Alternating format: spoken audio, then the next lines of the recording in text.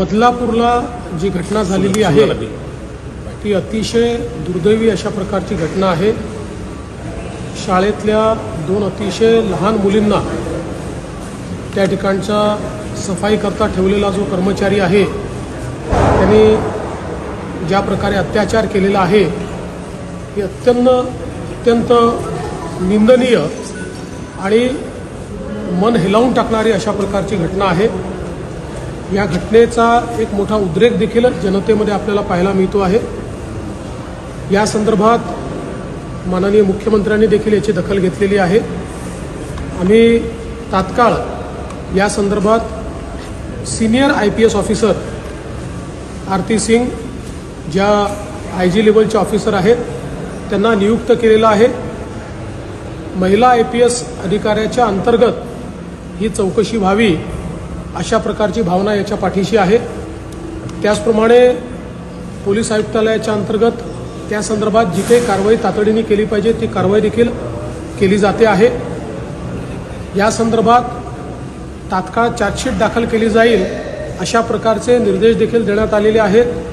Fast track कोर्टाची निर्मिती करण्याचा प्रस्ताव देखील हा मागवण्यात आलेला आहे आणि कुठल्याही परिस्थितीमध्ये अशा नराधमांना त्या ठिकाणी तात्काळ शिक्षा व्हावी अशा प्रकारचा प्रयत्न हा राज्य सरकारचा आणि पोलीस विभागाचा असेल। त्या दृष्टीने जी कारवाई करणं आवश्यक आहे त्या सर्व कारवाईची सुरुवात ही अतिशय वेगाने करण्यात आलेली आहे। सर, जो मॉब आलेला आहे तो स्वयंस्फूर्तीनं आलेला आहे का? कारण त्याला नेतृत्व कुणाचंच नाही, ते अचानकपणे येऊन रेल्वे ट्रॅकवर उतरले। मग आता हा मॉब जो आलेला आहे हा स्वयंस्फूर्तीने आला किंवा कसा आला याच्यावर कमेंट करणं हे मला योग्य वाटत नाही। उद्रेक भावनांचा असू शकतो, पण त्या ठिकाणी जी काही मागणी होती आहे की तात्काळ फाशी द्या, तर मला असं वाटतं की कायद्यानुसार जे अत्यंत तातडीनं आपल्याला करता येईल ते करण्याचा प्रयत्न राज्य सरकारच्या वतीनं केला जातो आहे।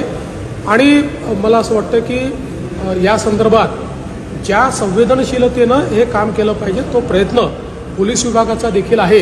त्यामुळे कुठल्याही प्रकारे दंगा होऊ नये हा मात्र प्रयत्न करणं हे गरजेचं आहे। पण ही घटना 13 ऑगस्टला घडली आणि आता इतका उशीर झालेला आहे, या सगळ्यामध्ये कारवाई करायला असं वाटत नाही? ही कारवाई ती घटना उघडकीस आल्यानंतर तात्काळ झालेली आहे। तथापि त्याच्यामध्ये जाणीवपूर्वक कोणी कुठली दिरंगाई केली आहे का, कोणी लपवून ठेवलं आहे का, या संदर्भातही चौकशी ही जी काही SIT आपण केली आहे ती करेल।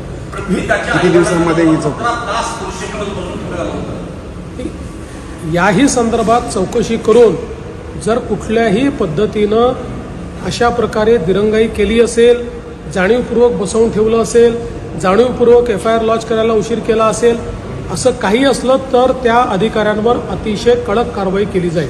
टाइम बाउंड असणार आहे की इन्क्वायरी? इन्क्वायरी तर फार फास्ट करण्यात येईल, कारण आम्हाला या संदर्भात तात्काळ त्याची चार्जशीट दाखल करून फास्ट ट्रॅक कोर्टात ही केस सुरू करायची।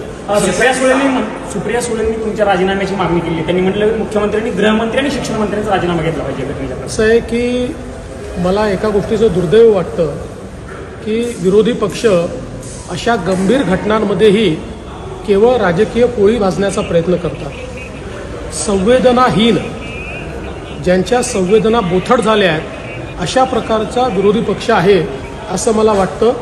कारण किमान ज्यावेळेस अशा घटना घडतात त्यावेळी ते राजकारण करायचं नसतं, पण निव्वळ राजकारण, यांच्या मनामध्ये दुसरं काही नाही, यांच्या मनात केवळ राजकारण आहे।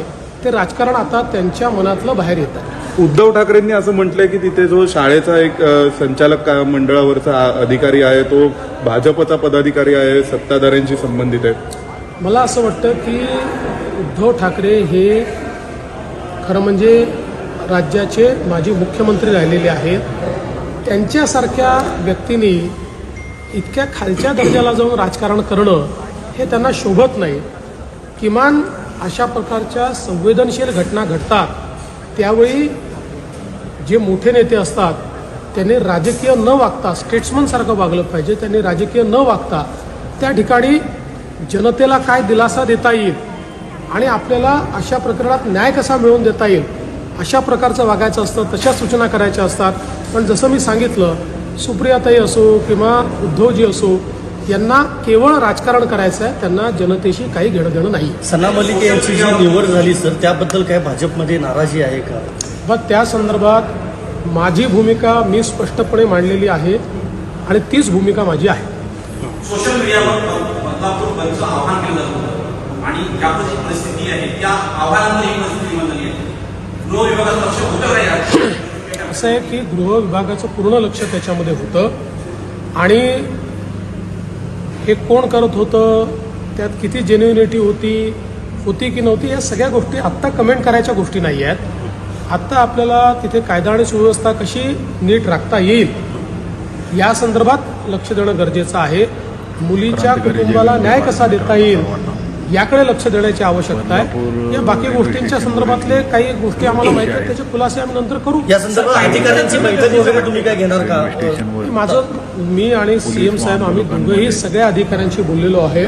त्याचा कुठल्या ट्रॅकवरती न्यायची, किती फास्ट ते करायचं या संदर्भात सगळी सेन्सिटिव्हिटी त्यातली जी आहे, संवेदनशीलता आहे, त्यानुसार कारवाईचे आदेश देण्यात आले. तुम्ही दिल्लीमध्ये आलात. दिल्लीमध्ये आज काय दिल्लीमध्ये काय महत्वाचे काय?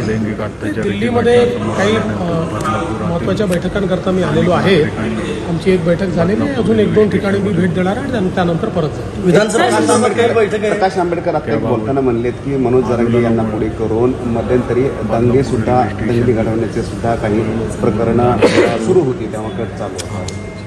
या संदर्भात समजा प्रकाश आंबेडकर साहेबांकडे काही माहिती असेल तर त्यांनी द्यावी. गृह विभाग ती पडताळून पाहिजे.